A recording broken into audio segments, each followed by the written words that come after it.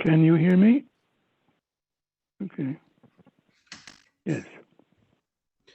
Right, well, good evening, everybody. I'm Anthony Isaacs, Chair of the Friends of Belsize Community Library, and very pleased to be hosting the meeting this evening.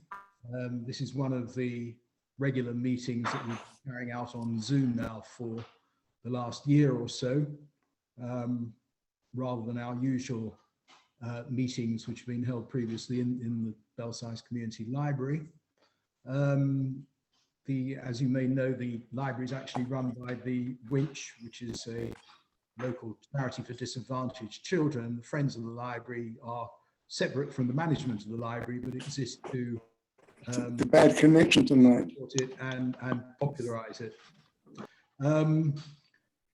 I'm just again going to ask everybody if they could mute themselves. I've muted those that I'm able to, but there are some that I don't seem to be able to mute. So could you please mute yourself? Because otherwise we get extraneous noises coming in, and that's really a bit disruptive. So if everybody could do that, keep yourselves on mute. There may be an opportunity to come off mute towards the end if we have a general discussion, but for the time being, if you do that, we'd be most grateful. When we had the meetings in the library, we would normally ask for small donations, which we're not able to do through this particular platform. But if people would feel inclined to donate to the library, I've put a link in the chat, if you have a look, which is the link to a site for donations through the Winch, but directly to the library. So if anybody wants to and would like to donate, we'd be very grateful for that too. In a moment, I'm going to hand over to Rane, who's one of our committee members, to introduce the speaker, Michael Wood. After he's spoken, I'll be asking him a few questions to initiate a discussion, and then we'll take questions from the audience. Given that we've got quite a lot of people on the call, probably the simplest way of doing it will be for people to put their questions into the chat, and I'll hope to read out the questions and deal with as many of them as we can. If anybody has a burning wish to speak, I'm sure we can accommodate that too. We're recording the event, and that's another particular reason why it'd be helpful to make sure everybody is on silent. So Rene, over to you, and to introduce Michael. Thank you. Okay, thank you, Anthony. We are delighted and honored to have with us here today Michael Wood, who happens to be a local resident of Belsize Park. Michael Wood, many of you would know him as the internationally acclaimed historian, broadcaster, author of several best-selling books, and a filmmaker. He has done well over 100 history documentary programs. He's here today to talk to us about his vast knowledge, share with us his vast knowledge on the history of China.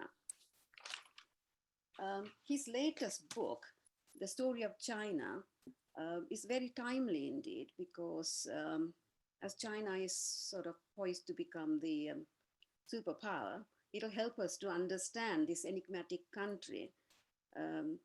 So who is better than to inform us on the history of China than Michael Wood? So thank you for being with us here today, and we are very grateful. Over to you, Anthony. Shall I kick off then, Rane? Over to Michael at this point. Yeah. Okay. Great. Well, thanks a lot, Rane, and thanks to everybody for supporting our lovely local library. I'm literally just around the corner from it, and what a beautiful building it is, and what a service it gives, especially for disadvantaged people. So I hope everybody can feel we can give it a little bit of a push. Thanks for coming tonight. I'm not a sinologist, as you know. I'm not an expert in China, but China goes back a long way with me. I'm part of an independent film company with me and my partner here. We've been a film company for 30 or 40 years and made films all over the world. about which I'm very happy to answer questions later, should you wish. But China goes back a very long way, and I think especially for young people who might be listening, sometimes one's youthful interests remain with one all one's life. I can remember going to the traveling library in my part of Wythenshawe in Manchester to get books on Chinese archaeology. And then when I was a teenager, discovering the wonderful Penguin classic of late Tang poetry and opening it, the first poem, The Autumn Wastes by Du Fu, an 8th century poet, that transfixed me. It was as if, and I'm sure you've all encountered the same as book lovers, you encounter a book that opened a door to a world that you never dreamed existed. And that's what it felt like for me, even though in translation. And in fact, the very last film that I did, which was shown last year, was a film about the life of Du Fu with readings by Sir Ian McKellen. So sometimes these interests hang with you for a long time. And when I was a graduate student, I shared with a sinologist in Oxford who kept pushing amazing books my way, saying, you're going to love this. And one of them was by Simon Leys, the great sinologist who died recently, Australian or Belgian in origin, who has this wonderful phrase where he says that China is, apart from its own fabulous and inexhaustible intrinsic interest, is the other pole of the human mind. He said, the other civilizations of the world are too close to our own for them to appear totally original and different. And it's only by studying China that we begin to understand what is universal in human nature and what is just Western idiosyncrasy. So I was very, very taken with that. I first went to China in the early 80s and first filmed in China in the late 80s. And over the last, well, since 2013, we've made a dozen films in China. So it's been a very intensive engagement over these last 8 years, and wonderful experiences. And the book really comes out of that. We did a series of films for the BBC. My lecture now, love. So can you leave it till tomorrow? I'm sorry, Andrew Selker, could I ask you if you could mute yourself, please? Fine. So for the last 8 years, we've been filming all over China, and we made a series of films called The Story of China. And I contemplated a book, but to write a book about China is such a huge task, you know, even for a sinologist. And even though we've had years of engagement, it seemed beyond me really. And I set it aside after the years of making the films. But after we'd finished, I thought about it again and spoke to friends and drafted some chapters. And it came from that really. So for the last period of time, I've worked on the book, which was finished last summer. Just we added a chapter on COVID, a postscript on COVID, to wanting it to be as up to date as possible. And the key thing, it seems to me, as a historian, although I'm a historian of the medieval West rather than professionally with my academic hat on, and not of China, but the task for any historian is the same. It's how you structure the story, how you select. And that's with China, with such a huge history, 4,000 years. That's the big task for the writer. And also being a traveler, I wanted to get the landscape and a sense of the people in. And actually, not long before we did the China films, we'd made a series of films in England called In Search of England, in a single village in Leicestershire called Kibworth, which was, the idea of which was to see the whole of English history through the eyes of one place, bottom up rather than top down, the provinces rather than the center, the people rather than the rulers. And I went to the task of looking at China in the films too, with that in mind. And really carried it into the book in, I hope, quite an interesting way, looking at the very rich local history material, which is available in China with all their local gazetteers and inscriptions and stuff like that. So through the book, at least for the last 1,000 years, you get the view from the village too. So I tried to find a way of writing the book that would be original in some ways, well trodden as the history of China is. I was also very keen that we got the voices, and with China, the voices of the people go back a long way. Poetry, for example, is one of the great traditions in Chinese culture. The oldest Chinese poetry is older than the Iliad and the Odyssey. You're looking at a continuous tradition over more than 3,000 years. The oldest poems in the Book of Songs, probably from the Shang dynasty, before 1046 BC. And the Chinese people have always loved their poetry.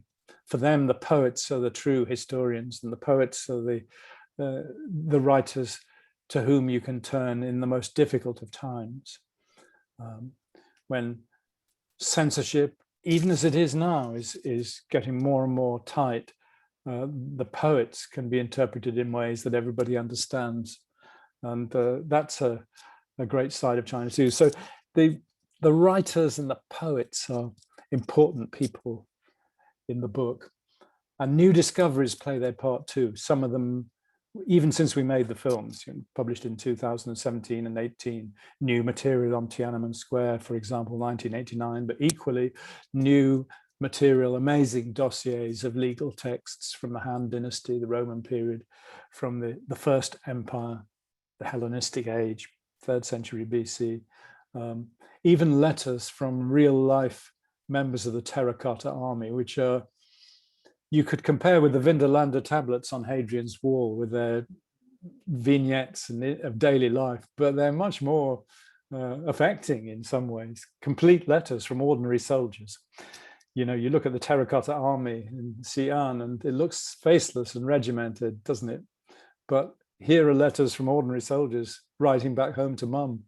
Mum, will you please go home to the, when you go to the market next in Anlu, can you get me this amount of cloth, run me up a skirt and a shirt, and also send the money that I asked for. If you can't get the cloth at the right price, just send me a bit more money and I'll run the clothes up myself here. So you get a wonderful insight into members of the Chinese army right in the middle of the campaigns of the first emperor, when they, on one part of the letter, they're talking about fighting against the rebels in Henan, in the battles that created a unified China for the first time. How many of us will get back? How many of us will be captured or wounded? I don't know, says one of the soldiers writing to his mum. Doesn't mention that they might get killed. And but here they are in really human documents. So there's a lot of that stuff in the book too. And I suppose I would liken that to the kind of techniques that we use as filmmakers. You forever trying to keep a balance between the grand sweep history, the big events, and the local close-up detail, the personalities, the local place, and so on. And so I've tried to work that into the text of the book. So although I'm not a sinologist, the use of sources is something that I'm quite pleased with, especially the use of new sources, recent sources. So it's about ways of looking, if you like. And of course, China being China, the surprises are there all along, from members of the Terracotta Army speaking like human beings to, you know, the feminists at the end of the empire. Who knows in the West that Chinese feminists in the 1890s and the very early 1900s wrote feminist manifestos. Zhen, who disappears in the First World War with no idea what happened to her, still a young woman, who wrote a thrilling, scintillating feminist manifesto in 1907, at the same time that the suffragettes were fighting here.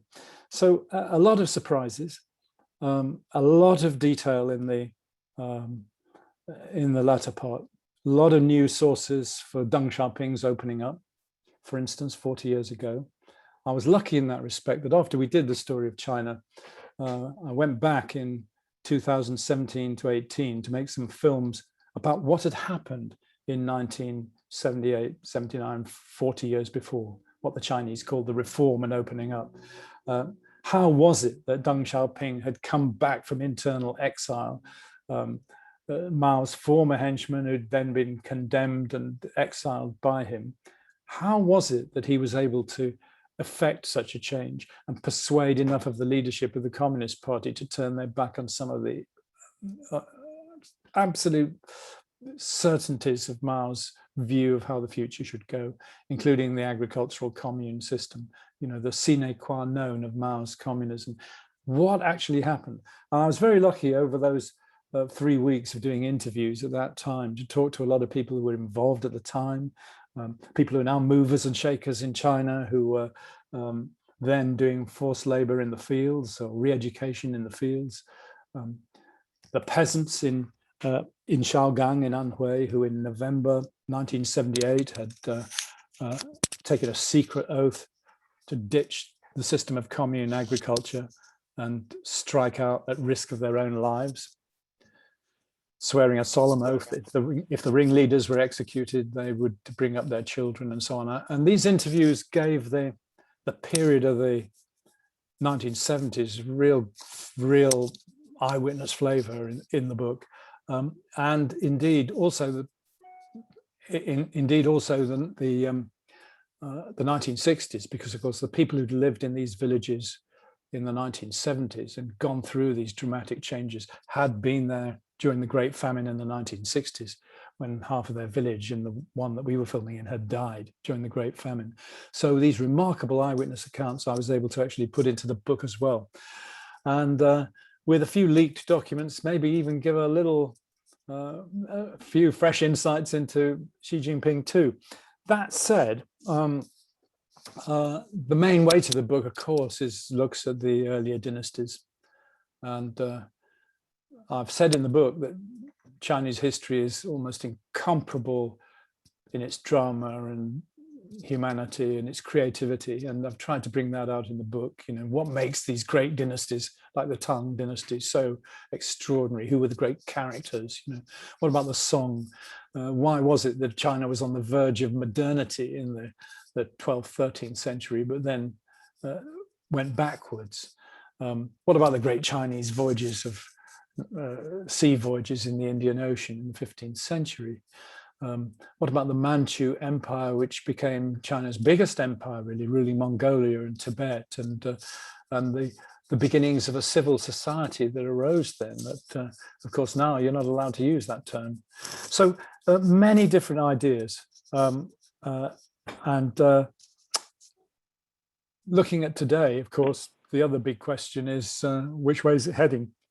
It's very difficult to tell at the moment, but since 2012, a major new clampdown in terms of authoritarian rule, censorship, now backed by astoundingly far-reaching AI campaigns. What is Xi Jinping trying to do? What does he believe? And even turning his back on some aspects of Deng Xiaoping's opening up now.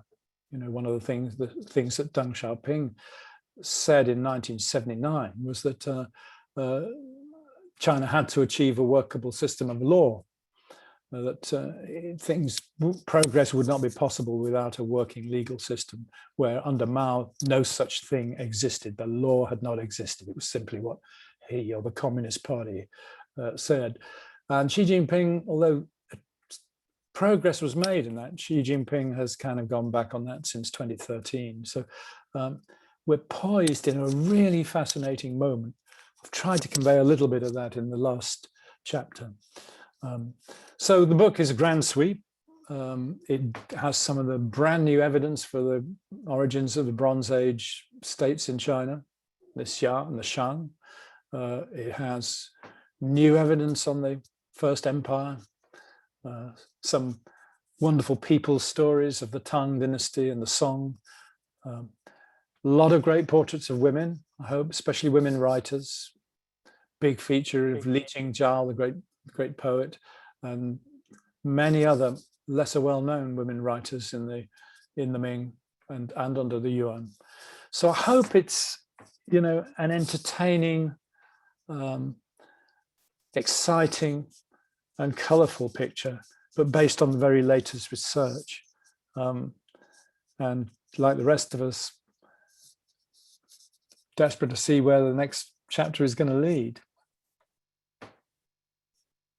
So Anthony, is that enough of an introduction to the book? That's a fantastic introduction, Michael. Thank you very much. I mean, you've covered such an enormous amount of ground there that I'm sure everybody will have found one or two things that they'd like to go into in a bit greater depth. But before doing that, it's always nice at these sessions to find out a little bit about the background of our contributors. And for example, one of the previous speakers in the series, who is now a historian and particularly interested in oral history, started working life as a criminal barrister. Wow. And then became an actor. And through a series of curious events, eventually ended up as a historian. He thought it all seemed fairly logical. I suspect that your entry into the field of history might have been a bit more conventional than that, but could you just explain how you got into it and you know, which particular aspects of history and particular techniques that you've used? Sure, yeah. Well, I'm sure that, and probably everybody here tonight would have the same feeling, that if you love history, it's been one of those things that has fascinated you from an early age. You know, I'm fascinated by the people of the past. In what way were they different? In what way were they like us? How did they respond to the crises of their time and the great events which engulfed their lives? That's always fascinated me from when I was a kid. And I didn't do history as my main subject at school because it wasn't available, as it were, but I went to Oxford to do history and studied modern history. And then my postgraduate was actually in Old English history in the what we used to call the Anglo-Saxon period, 9th, 10th century. So I still write on that, and I still write academic stuff on that, as well as popular books. And I've done films about that too. In fact, I've just completed a major revision of my first book, which I hesitate to say was written 40 years ago. I used to claim it was a clerical error, but I'm afraid it isn't. So I've done a major revision of the original Dark Age book with new chapters as well, because, you know, women's history was not to the fore then, and only one chapter was about a woman. So I've done new chapters about women. And so that period was what I really loved, the early medieval period. I love periods. I mean, golden ages are great, and it's really nice to read a biography of Leonardo or whatever, but I've always found ages of iron, ages where ordinary people have to struggle to create justice and a fair society against often insuperable odds. I've always found those periods of creation really fascinating. And therefore the early Middle Ages, the period after the fall of Rome, particularly grabbed me. You know, the dissolution of the Roman Empire, its breakdown into regional kingdoms under barbarian dynasties, the Goths and the Visigoths and the Franks and the Angles and the Saxons. And out of that wreckage, if you like as Sebald says in the Rings of Saturn, you know, a world breaks up and becomes rings of debris and then comes together again. And that process really fascinated me. And that's what I wanted to do my doctoral research on. But I'd reached a point where I was being too ambitious with the doctoral research, and I'd run out of money and I had to get a job. And I'd done a bit of journalism. So I got a job as a journalist, hoping that I would in time complete the thesis. And then out of the blue, after 6 years of working in telly, I got a chance to make a film about the Dark Ages. And quite by chance, my boss said, well, why don't you present it? And I presented it. And the following day, I walked into the office and everybody said, oh, have you seen the reviews? And the great TV critic of the day, Chris Dunkley, just thought it was wonderful, you know, and he was talking about Sir Kenneth Clarke and Alec Clifton Taylor and all those kind of people. But I was 25, he said, and wearing a leather jacket, and it was a different ball game. And so my boss then said, oh, well, I suppose you might make some more. So that with that, the die was cast, and I regretted that I hadn't become a medieval historian for a long time, to be honest. And it was only at a point in the mid 1990s when I was camping in the desert of Baluchistan, following the track of Alexander the Great, doing a series called In the Footsteps of Alexander the Great.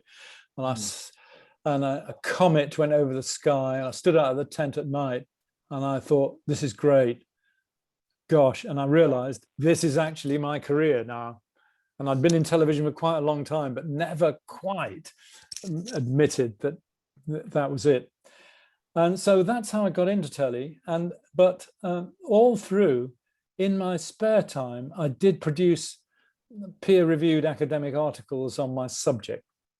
So I kept on. It's hard to do when you're working hard on films, especially in foreign places and like the Baluchi desert. It's hard to do, you know, producing an article with 200 footnotes is a big palaver. But I have kept on doing it. And one of the books based on my academic research should be out next year in Oxford University Press, but it all depends, you know. That's the lure of TV, really. If some great idea comes up and you think, wouldn't mind going there, then that can change matters. So it's a very long way of saying that it was happenstance, really. Right. When did you start working for the BBC? Well, I only ever was a freelance, and we are freelance operators now with an independent company. So all these big series that we've done, like Footsteps of Alexander the Great, The Conquistadors, the big Shakespeare biography that we did for BBC Two, Story of India, Story of China, all of those we made as an independent company that my wife and I run together with other friends. So I was never a BBC staff member. But the first thing I did for the BBC was the Dark Ages 40 years ago. 40 years ago. Yeah. So that's not very different in time from when you started getting seriously involved with China then, is that right? I mean, well, I got seriously involved in terms of loving the subject before then. And I went to China in the early 80s for the first time, but not filming. I went out to Xinjiang when it first opened up and went to Kashgar, and the first year you could go there in 1984, I think. But the first filming I did in China was the late 80s. Right. Okay. And so you've talked a bit about how you became interested in China. And in order to do this work, you've traveled around a lot in China. Did you learn Chinese? Do you speak fluent Chinese? No, I'm afraid I you know, enough to order a cold beer and you know, where's the bus and that sort of stuff. But I regret at the very beginning of the Chinese project, I didn't actually sit down with a good teacher for 3 months and tried to get the basics, because friends of mine say that the written language is a totally different matter, but the spoken language is not too difficult to get a basic conversance, you know. I mean, Chinese friends of mine taught me how to say poems by Du Fu and Du Mu when we had a beer or two, but no, sadly. Not too late though, I hope. I actually did this film In the Footsteps of Du Fu last year on BBC. And like the story of China, it had a fantastic response in China, where it was actually shown on terrestrial TV as well. So it's big debates about it. It was in all the press, and really fabulous response. And when I finished that journey, which was quite a wide circle of a journey, starting out in Henan and going to Xi'an and Qingzhou and down to Chengdu and then down the Yangtze River all the way to Lake Dongting, Changsha, and the place where he died. I thought, wouldn't it be great to do a little book, a travel book with photographs and maps following that route? One of our contributors in that film, Stephen Owen, who's a great Western translator, said, look, there's Shakespeare, there's Dante, and there's Du Fu. These are the poets who helped create the emotional vocabulary of the entire culture, you know, and you have to see him in that light. I was just talking recently to Nicolas Chapuis, who's the EU ambassador in China, who's doing the complete French translation. 3rd volume's just out. And he was saying the same thing, that that's the level you have to understand Du Fu.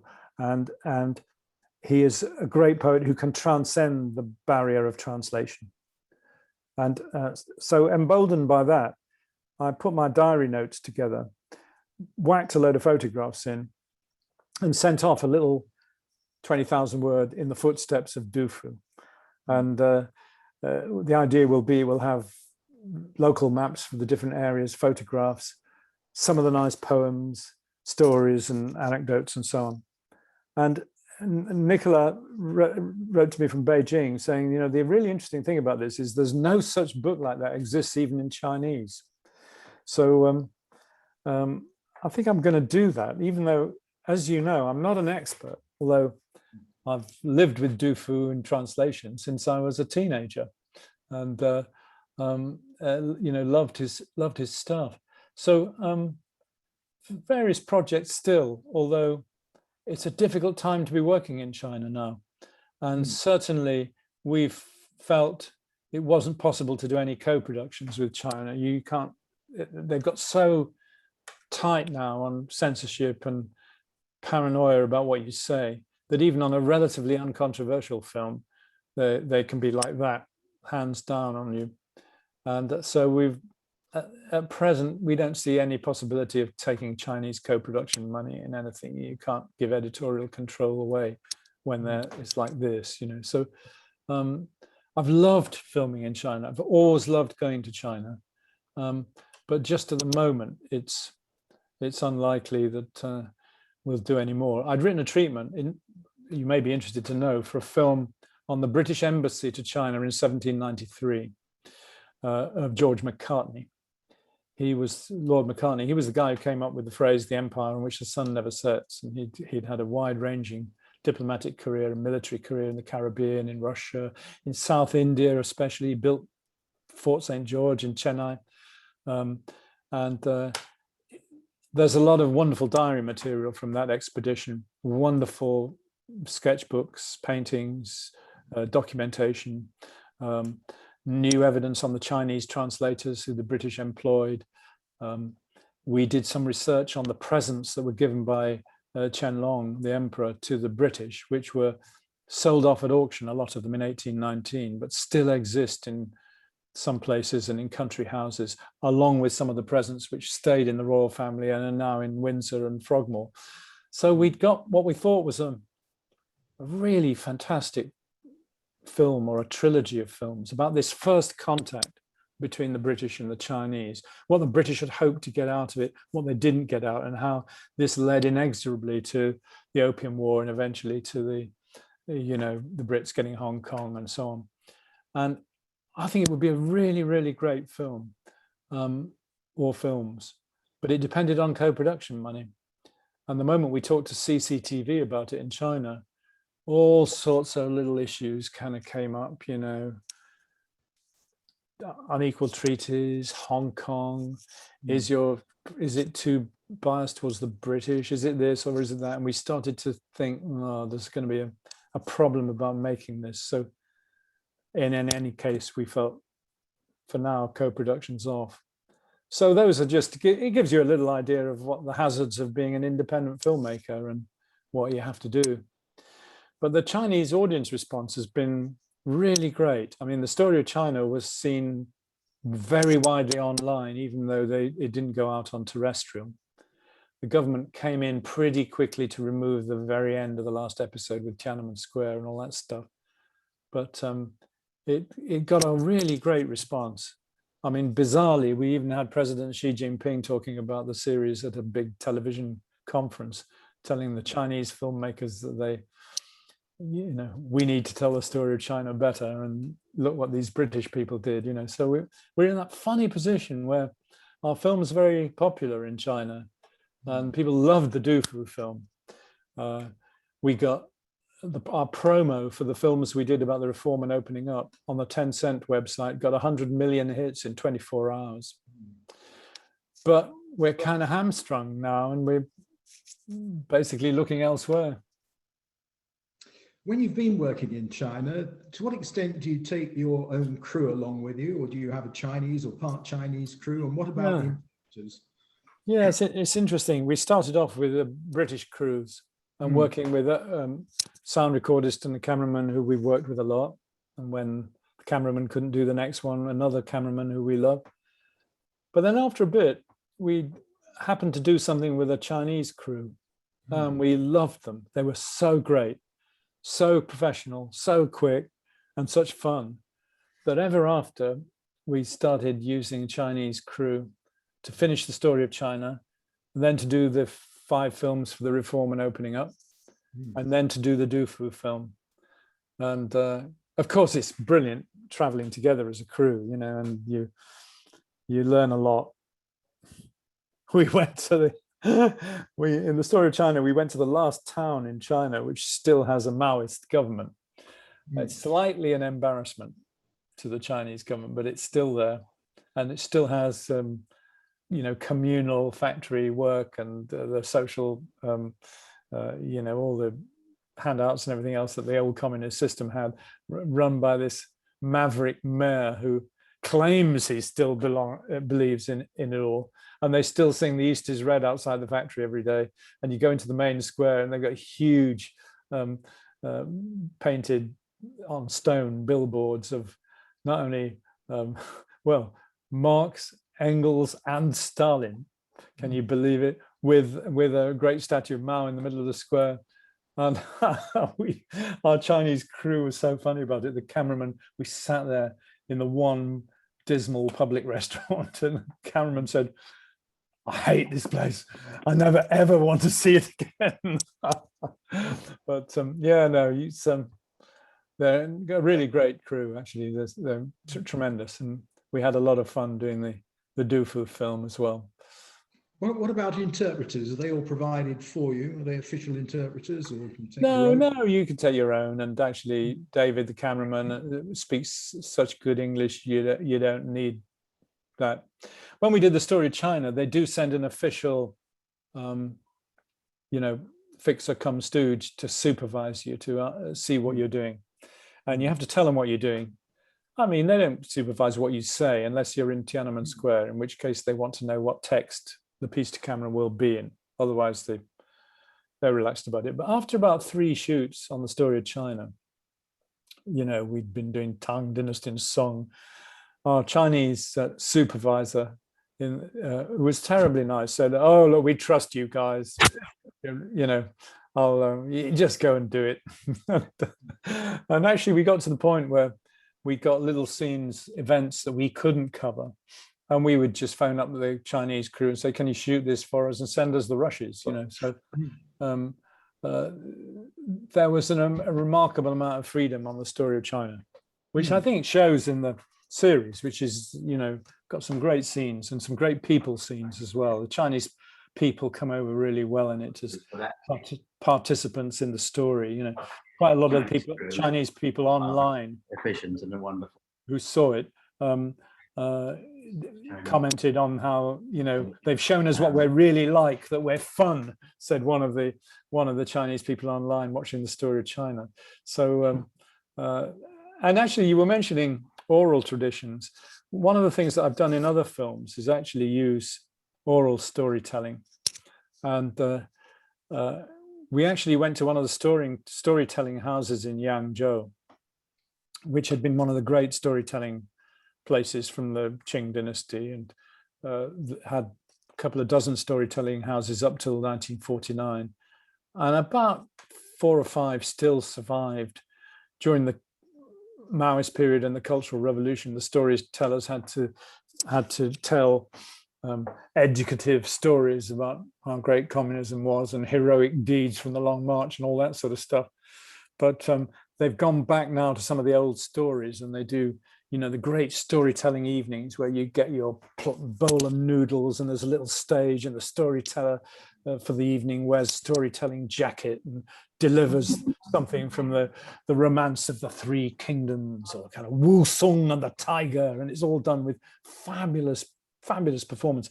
And I'd been interested in these storytellers for some time because a Norwegian scholar, she's done books on this 20 years ago, and contacted her, and she put me in touch with the storytellers, and it was so good that I thought, we've got to have them in every episode.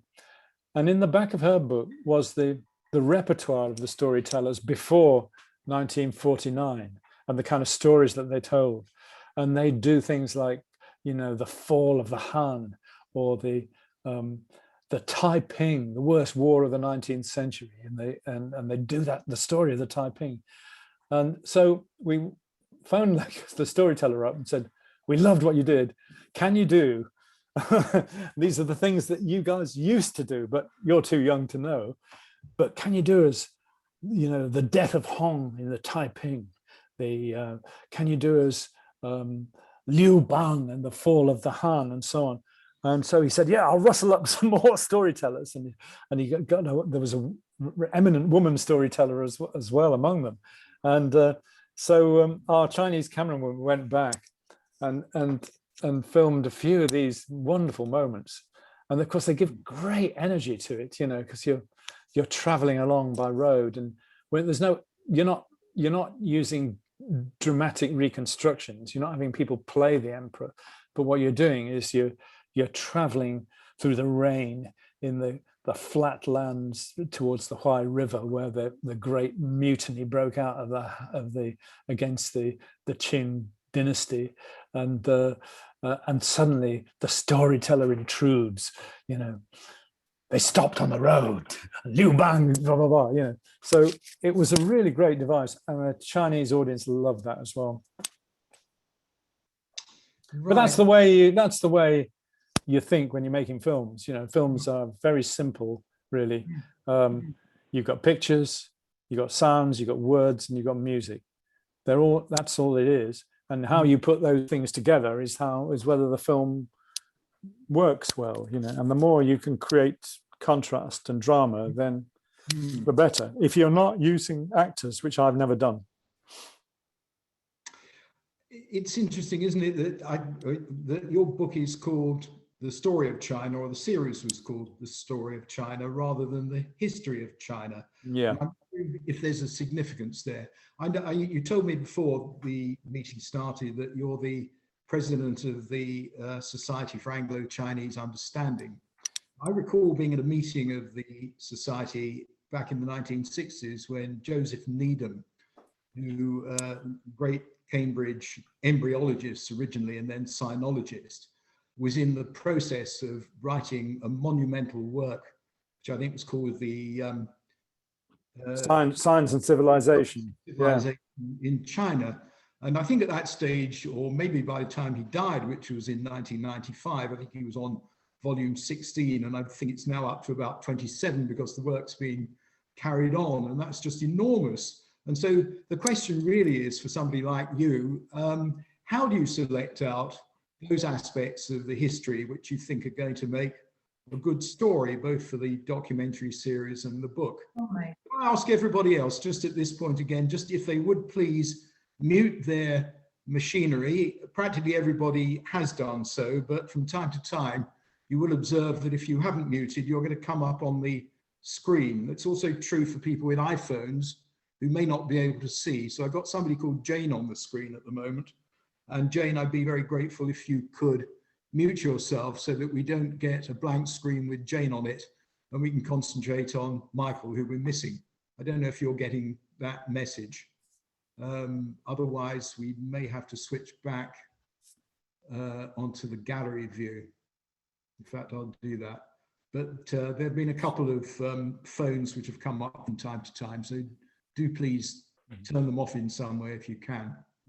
Go back to gallery. Yeah, talking about Needham, it's a very interesting question. And as far as I remember, Needham had been first involved in China during the Civil War and the Second World War and the Civil War, and had gone over to Chengdu at that stage. And I loved China and was stunned to discover so many of the achievements of Chinese science were just completely unknown in the West, where it was assumed Westerners had been the first to discover many of these things.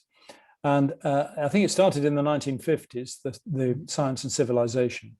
And you're right, it is a ginormous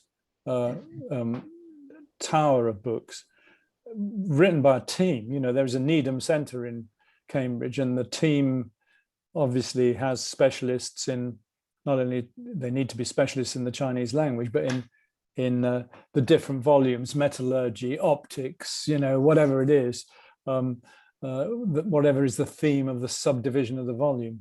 So it is an astounding achievement. In the 60s, of course, when he founded SACU, the Society for Anglo-Chinese Understanding, his sympathies were with the Chinese Revolution. I can't remember whether he called himself a communist, but his sympathies were with the revolution. And I think, like a lot of Westerners who saw China during the Cultural Revolution, he only saw the things that they wanted outsiders to see. And somebody like Simon Leys, for example, is absolutely savage towards the Western experts. He's not talking about Needham, but Western experts who actually wrote these glowing accounts of what life was like on a collective farm, or what Mao's government were achieving. Mao had this phrase, "the useful idiots," for the Westerners who were taken in by it all. And but it was a difficult time. But the Society for Anglo-Chinese Understanding was founded in order to promote understanding between the two countries and two cultures. And I think it's a really important role. And I just wish it were bigger. It needs to be bigger and have more members.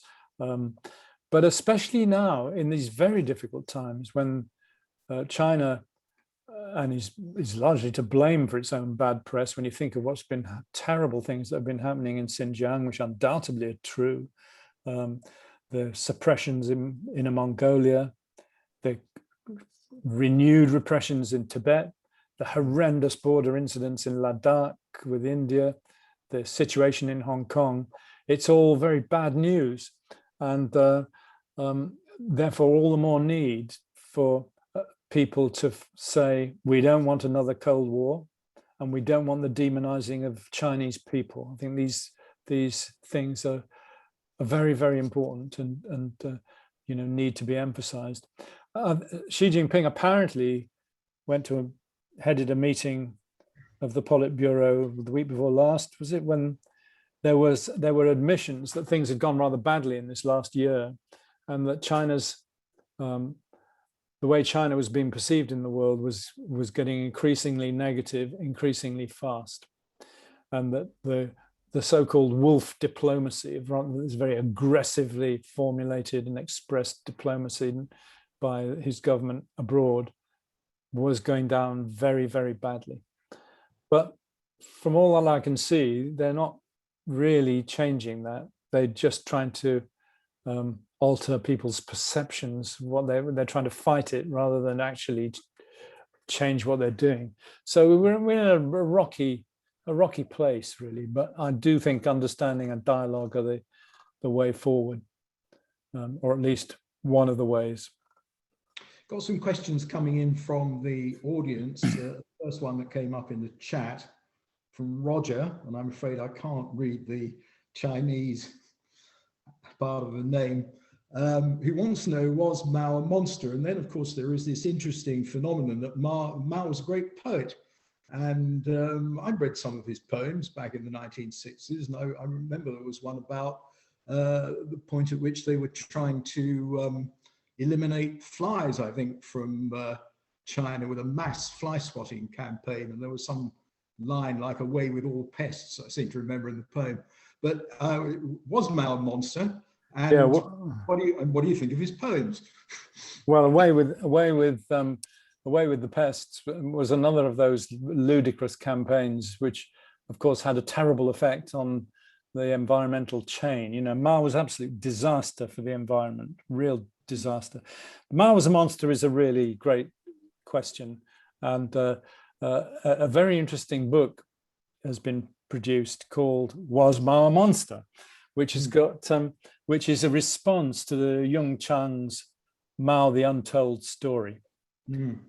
She's the woman who wrote what's it called, the Wild Swans. And she and her husband together, who's I think specializes in Russian scholarship, produced this 600 or 700 page biography of Mao, which is completely damning, and almost any possible kind of innuendo going back to when he was 5 years old, let alone his school reports when he was 9. He is portrayed as irrevocably evil from the very beginning. And the book, Was Mao a Monster, is a response to that. And it contains, I think, 18 reviews by sinologists of the book. And I think 2 of them basically support the line of the book, and the rest think the book is deeply flawed and deeply problematical in its, well, they're almost saying not just careless, but dishonest use of the source material. That said, when you look at what he did, I mean, I've tried in the book to go back to the early Mao and look at the 1910 Changsha Rising, which he saw, you know, and his description of that to Edgar Snow, which is still one of the best books on Mao. The book about when Snow met him on the Long March, and it's a really, really brilliant account before Mao was famous. There's a long interview with him. And he's in a lot of ambiguity in his character until he became what people would describe as a monster later on, I think. He becomes, maybe he was always a totalitarian. I think by the time they'd got to Yan'an in the mid to late 30s, they were ruthlessly crushing opposition. But there's a great verdict, which I quote in the book, by one of the Chinese leadership at that time, saying, "Ah, yes, Mao, if he'd have died in 1956, he would be viewed as an immortal. If he died in 1966, he would still be viewed as a great man, but deeply flawed, but great. But he died in 1976. Alas, what can one say?" Right. What about the poetry? How did he start writing poetry at a very early age? Do you know? Was that something? I think so. And everybody in China writes poetry, of course. It is it's the great form. And he talks a lot in his autobiographical stuff and in the conversation with Edgar Snow, which I do recommend everybody to read, by the way. The book's called Red Star Over China. It was published in Pelican, I think. You know, originally published by Victor Gollancz in 1937, I think was the first publication. So when they were still out at Yan'an. And he talks about the books that he loved, you know, and he claims to have read The Romance of the Three Kingdoms, I can't remember how many times, you know. He even claims to have read The Dream of the Red Chamber 3 or 4 times, which is almost unbelievable. It's 5 volumes in Penguin, and what on earth and when in his life, except maybe when he was a kid, he could have done that. I don't know. I can't judge his poetry. Simon Leys, who is, you know, obviously a sinologist, which I'm not, is pretty scathing about it. But a lot of Chinese people think that they're quite good. Right. Johnny Bucknell's had his hand up a long time. His arm Hi, must be Johnny. So do you want to come in, Johnny? Hello. Is it working? Yep, can hear you. No, Yeah, we've got you. it strikes me that, broadly speaking, if you're going to have a healthy economy at the end of the day, you start off with a feudal system, and then you have that sort of rocky transition between feudalism and sort of democracy coming in. You know, that wasn't an easy ride in this country. And then eventually, if you can get a sort of benevolent capitalist system with a democracy, you know, your country thrives. What went wrong in China that they didn't achieve this transition and they suddenly had, you know, the communists taking over in the Cultural Revolution? Where did the sort of emperor go wrong? Yeah, no, it's a really, really good question. And of course, these are big questions now, aren't they? You know, there was this thing recently in Harvard Business Review by Rana Mitter and somebody, you can see it online, where they're talking about the results of polls within China about satisfaction with the government. And they're saying, well, it's, you know, obviously they're very difficult things to get in China, but there is a broad feeling among the Chinese people that the government is popular. For most people, it's delivering. And so, you know, the idea that an authoritarian government can't be seen as legitimate is what the article's about. So what went wrong? Well,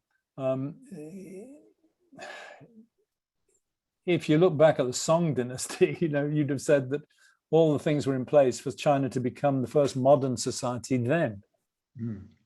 But the Mongol invasions, although obviously Mongol China was a very dynamic place in many ways, but the Mongol invasions changed everything, because when the Ming dynasty, when the first Ming emperor overthrew the last of the Mongol rulers, he instituted a back to the past tyranny, where everybody knew their place and where the peasant was raised as the pillar of society, and an authoritarian bureaucracy was put in place, which had none of the flexibility that it did under the Song.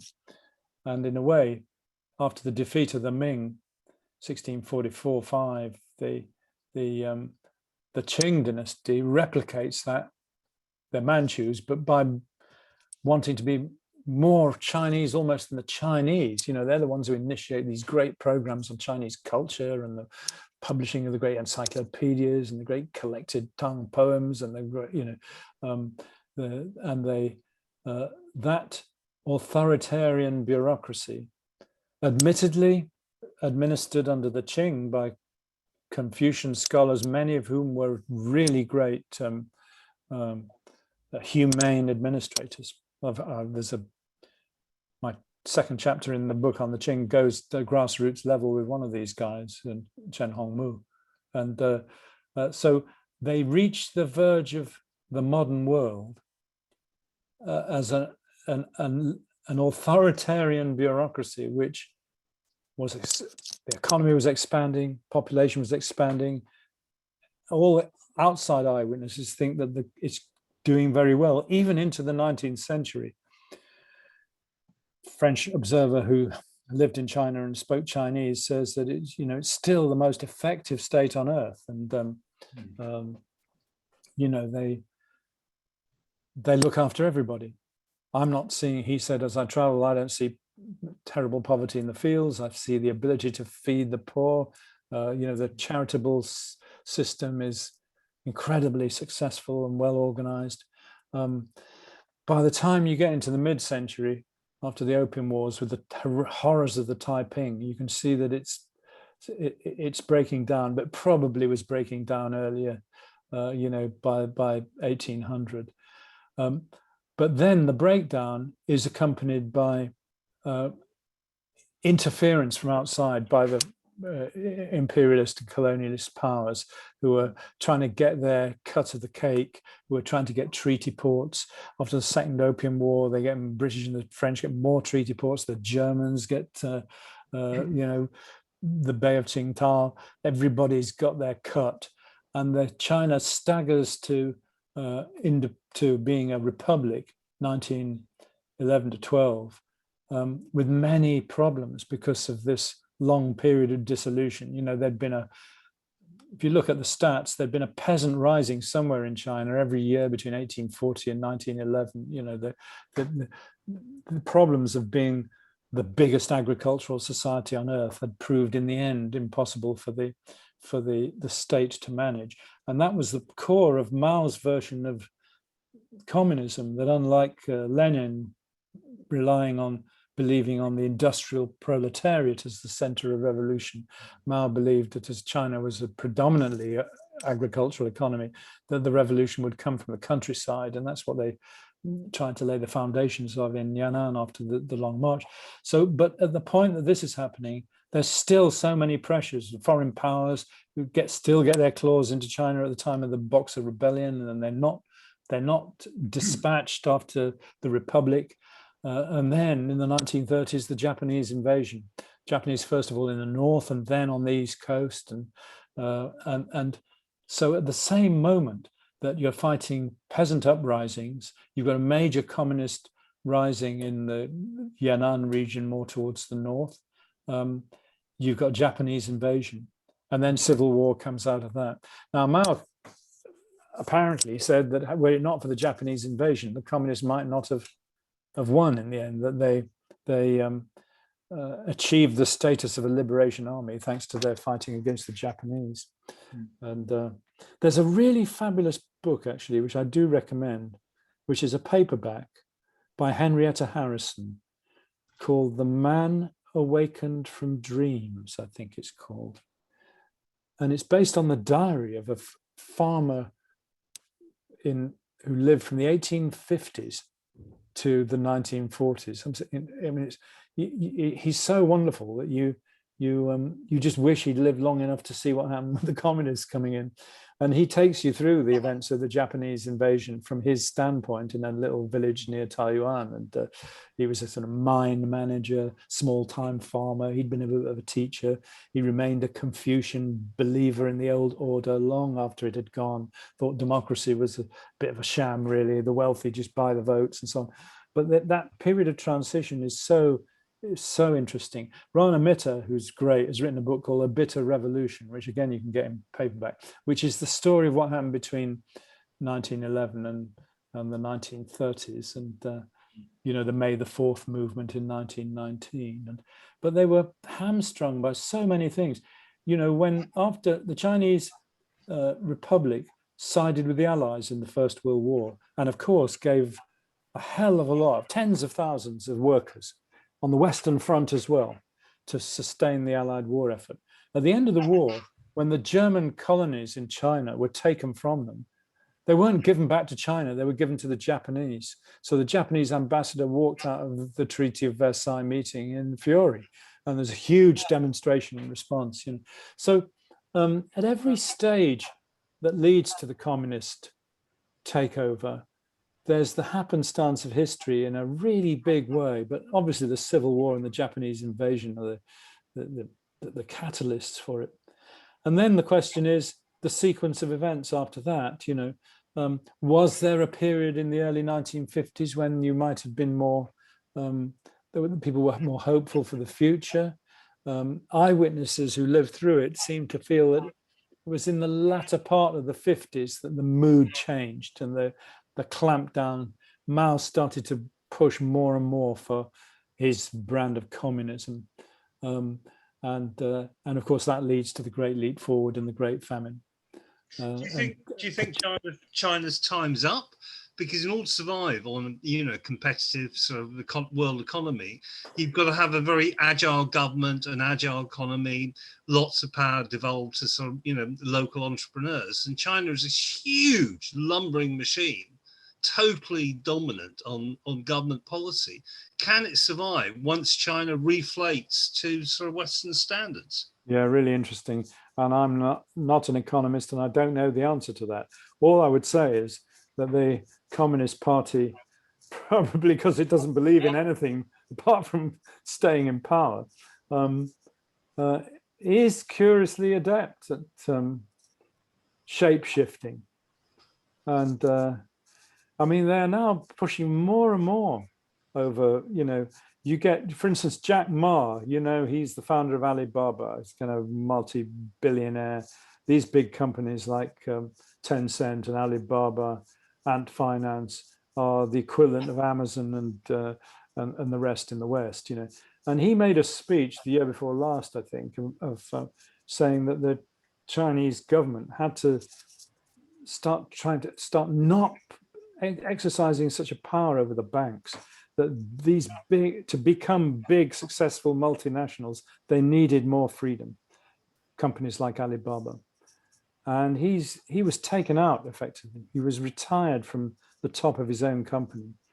And apparently the Chinese government is more and more taking control of every aspect of the finances of the nation, so that there's no loosening up at all. And I don't know where that will lead. The only question to ask vis-a-vis that is an authoritarian state which is capable of very rapid and very sustained and intensive action to redress things that are going wrong, whether they're therefore more adaptable than we are. I mean, the COVID case, as I remark in the last chapter of the book, the COVID case, we know pretty much, you know, what happened once the virus had been first reported, and how the local Communist Party tried to cover it up, and how local doctors at local level tried to blow the gaff on it, how social media was clamped down, all these things, you know. And then, but the moment the central government actually came in, then they were able to organize almost incredible control. You know, lockdown of a city of, I don't know what Wuhan's got, 15 million or something like that, you know. And in no time at all, they, you know, the local party organized anybody who was living in a block of flats or a, you know, housing estate or whatever, the food supplies, everything was organized. The whole thing became a huge operation. And the Chinese people themselves, who of course have a great sense of collectivity and solidarity, historically have that. They did what they were told, not just because the government threatened them, but because they knew it was the best thing to do. So the Chinese government's actions on COVID told us something, I think.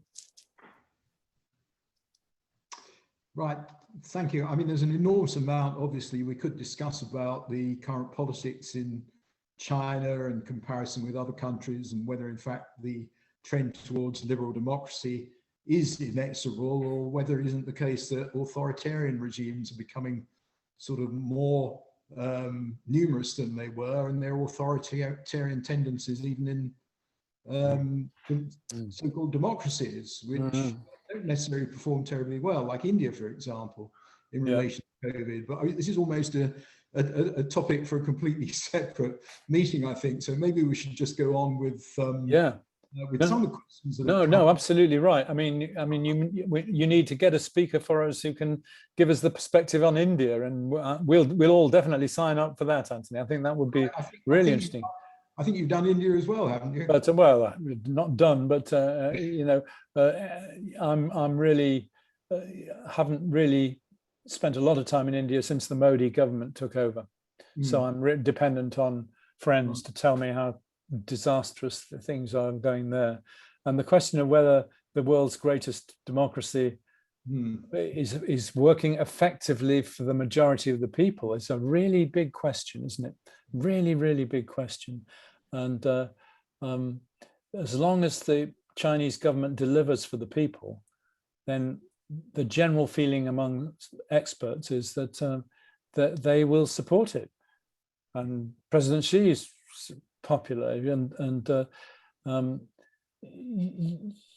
world has changed. I mean, a friend of mine, when I was there a year and a half ago, I went to see a Chinese friend's mum and her husband, and she was saying, you know, yeah, I lived through the Great Famine, but look at me now. You know, we've got a lovely car, we've got a nice little house. Look at my Gap clothes, and we were starving, and everything has been provided now. You know, so it's a different mood, and also a very great pride in China, which I'm sure was the reason for our films being so warmly received by the ordinary people. You know, even the Du Fu film, there's a huge pride in Chinese culture. So I think that's the way it is, really. Right. There's the way China's seen internally, and there's the way China's seen externally, and you've already commented on some of the issues, like, for example, what's going on in Xinjiang and so on and so forth. A question from Pamela Strangman is, what do you think of the Belt and Road project? Will that help improve China's profile? Would you like to just say a few words about that? Well, I can't imagine it will help China's profile. You see all sorts of stories from the Central Asian countries of China ripping them off, and there's a lot of people don't like a lot of what the Chinese do abroad. In Africa, you meet a lot of people who say the Chinese come in, they live in their camps with their own cooks, they don't mix with the locals, and there's a sense that things that it's exploitative, and the trade deals are not what they seem. I don't know enough about those to be able to tell you. But the Belt and Road was, yeah, massive initiative, and massive initiative. Will it make a difference? I doubt whether it will make a difference to the way China's seen in the world. I think the big issues are the ones that I outlined earlier. You know, Xinjiang is enormous, and people don't understand really why China needs to use such force. You know, that's the problem. It was the same with Tibet. You know, you look at the Olympic year, and it was a classic moment. China has such power, and the Tibetan population is so small. China could have made things, could have made really great gestures there, but they're so paranoid that sometimes they just don't do what would be good for them. I guess people will also be concerned about the possibility, or the question about China's intentions in the outside world. And of course, we talked about the possibility of new Cold War building up and so on. This is all quite worrying. But do you think China have ambitions much beyond their territory or the areas in which they've had dominance previously? Or do you think that's, a sort of imperial tradition which the Chinese are not going to follow? Yeah, I think you'd have to say, looking at history, it's the Western European countries that have, and their successor states, that have been the ones who've gone out colonizing other peoples in the world and enslaving them and depopulating their countries, plundering their resources. The colonial projects of the West are the ones who've been responsible for that. China has historically only tended to try to dominate the areas it feels are immediately within its cultural remit. Things changed in the 17th, 18th century under the Qing, when the Manchus, who had a slightly different take on what China could be, conquered Mongolia and took Tibet as a protectorate, not as a part of China. And of course, extended into Xinjiang, where in the Tang and earlier in the Han, there'd been Chinese garrisons going out into the Silk Road. The big issue is Taiwan. Taiwan hadn't been a part of China until the Ming Dynasty, I think. But what are their intentions there that's slightly worrying, because the rhetoric about rejoining Taiwan to the motherland is, which really is a Qing dynasty. A lot of what's now China has been, the Chinese hate to admit it, has been caused by the Chinese empire of the Qing dynasty. And although they've had historical involvement with Mongolia and Taiwan and Xinjiang, the heartland of China is a much smaller area. And Taiwan is part of that outlying circle of lands which at various times have been under Chinese rule. And the Chinese government sound as if they're quite intent at some point on what they call a reunification. And there's even in Fuzhou, I think, or at least on the coast of Fujian, a museum being constructed for the liberation of Taiwan. So that is a nervy issue.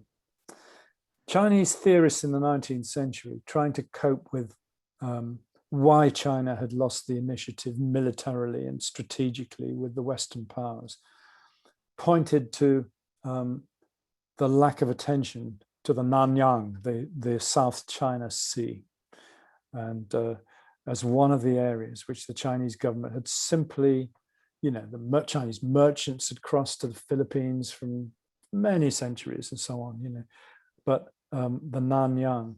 And of course, what Xi Jinping's government has done is make it their business to extend their power there.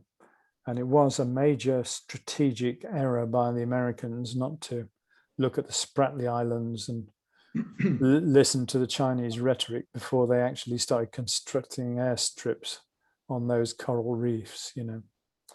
So Taiwan is I mean, of course, the last thing we want is a Cold War. The really last thing we want is a hot war. And I think I'd be surprised if the Chinese provoked a hot war, but it is a difficult situation. Fingers crossed, I should say. Yeah. There was a question from Deborah Knight about your films not being suppressed in China. I think you've pretty much covered that. As I understand it, you know, the films were quite widely welcomed in China, but it's now going to be a bit more difficult from your point of view to be able to do anything like that for the moment, although things might change, I suppose. Yeah, it's just a question of whether you want to take co-production money from the Chinese or not, I think. The films were, the thing about the story of China was it was freely available. It was pirated online. Each episode within 24 or 36 hours was up with really good Chinese subtitling. I mean, they're really quick like that, you know. And we, to the point where the main Chinese newspapers, People's Daily, China Daily, Xinhua News Agency, everybody was reviewing the films as if they were a TV event in China, even though they were only seen online. Dufu film got reviewed as a TV event because it was shown on terrestrial in China. So it's an interesting position to be in when you make a film and it's shown in China and people respond in huge numbers and the press respond and you're being interviewed as to why you said this and why you said that. That's been really, really intriguing to engage with it. And I'd like to continue with that, but you've got to be free to make the film you want to make. And so we'll see how that pans out. I'd just like to finish, if I might, with one wrap-up question. Partly relates to something I was doing in a completely unconnected way this afternoon, which was sitting in a reading group, and we read a poem by a poet called Ken Liu, who is an American poet of obviously Chinese extraction. And sorry, not a poem, short story. It's a short story. And he's actually a science fiction writer. It's not really a piece of science fiction. I don't know if you know it, but it's more to do with the relationship of a Chinese person living in America, well, Chinese mother, American father, who's somewhat deracinated and has slightly difficult relationship with his mother in some ways when he's young. And the mother subsequently becomes unwell and dies and so on, and says something like, I'd like you to remember me on Qing Ming. Yeah. And Qing Ming, you can explain better than me, I think is to do with the sort of time of the dead or something in China, and maybe something that glibly used to be referred to here as ancestor worship or something. Yes, yeah. Right. But anyway, really interesting. Somebody on the group where we were reading this said, oh, but this sort of veneration of old people, maybe this doesn't go on in China anymore. And I said, I'm not sure about that. I think it quite likely does. And I will ask this evening whether that's the case. So I thought you'd be in a good position to comment on that. And that up with a sort of supplement, which will be the last thing I'll ask, which is, and you've touched on some aspects of this, how much of old China do you think it's necessary to know about in order to understand modern China, and which are the key elements? Right. Well, I think in a nutshell, despite the communist revolution and all the cataclysms of the 20th century, and no nation has probably gone through so much, the past really helps you understand what China is and how they think. Of course, talking about the Qingming festival, these things in the end, they were allowed to survive into the 50s, and then all this was stopped.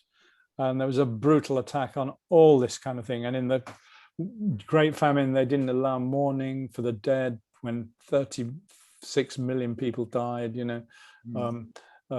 all this was stopped. As things crept back, people started doing them again. and the big festivals in China are major today. And there's a wonderful photograph. The last photograph in the book is of a family in Wuxi, who through friends I know, and we filmed with them on Qingming Festival. And it was just incredibly moving. Rebecca and I had gone to visit them before we started filming, and they were saying that they'd do it again. And I said, you know, can we come and film it? And Qin Baoxin's daughter, whose English name is Jenny,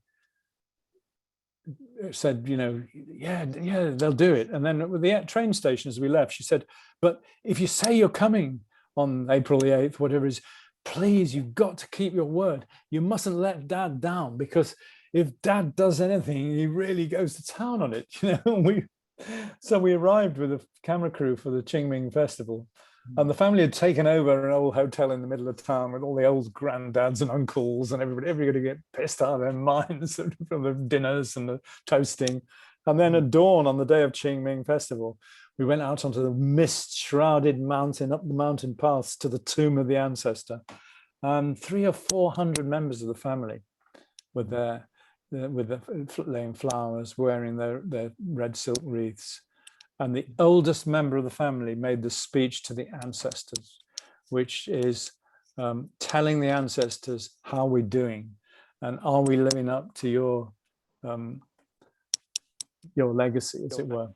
And actually, it's a measure of the racism and the ethnocentrism of the West that things like this can be dismissed as ancestor worship, as some sort of primitive superstition, when actually it's a very it's a spiritual thing. And actually, in different ways, all cultures do that, but the Chinese just have regularized it in a great way. And then you did various other things, and then you go back and the hotel in the evening, you had a final banquet where everybody toasts everybody, and it's just a kind of wonderful time. You know, whether these things will survive among the young, you know, do they survive in all the people who move into the huge economic zone of Shenzhen and Guangzhou opposite Hong Kong, where there are tens of millions of young people? Do they still do it? I mean, they still do the New Year festival. That's still the great time when you come together. That's by far the biggest migration in the world every year, you know. But it's difficult to tell, isn't it, in any culture? The damage has been so great to traditional cultures over the last 100 years or so. More because of Western colonialism and imperialism than anything else, I tend to think, in my experience. But it's hard to see right at the moment how much of the past will survive, or is this just the necessary and natural progress by which we move from one time to another? Right? I don't know. Right, well, that's probably a good note to end on. And thank you so much, Michael, for having shared the last almost hour and a half with us. That's been really informative, and I can only suggest that people rush out and get your book, or try to view what films are available on YouTube or elsewhere and catch up with the work of the last few years. Right. What the shorts you've done on China Today, which was probably a couple of years ago, which show a kind of amazing advances in all sorts of fields, almost unbelievable, and done in the way that probably only China can do them, and that includes things like sorting out the environment. Yeah, incredible. The beginnings of, they know the environmental damage that they'd caused, not only under Mao, but even under the Republic, to be honest, but under Mao and then under Deng. It's a matter of urgency. That's why we have to believe their protestations about a better environment, because it's, you know, for them, one of the biggest public anxieties is about food chain and the water table and the environment. It's massive in public opinion. You know, there's bloggers working, and, you know, it's a really big thing. And also it's majorly threatens the well-being of the people and the success of further growth, you know, so they've got to sort it out.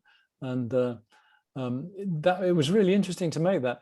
And the amazing thing was, they'd agreed, they wanted us to do one of these films about the environment, looking at what happened 40 years ago. And we asked them, can we have footage of the devastation of the environment? And they gave it to us. You know, if you went to China and tried to shoot for a minute in a crapped up environment, they would be on you like a ton of bricks. But they gave us the footage. I mean, it's astonishing footage. And no, it is very interesting what's happening there. And it does make you think, doesn't it, about authoritarian legitimate regimes and what they can achieve.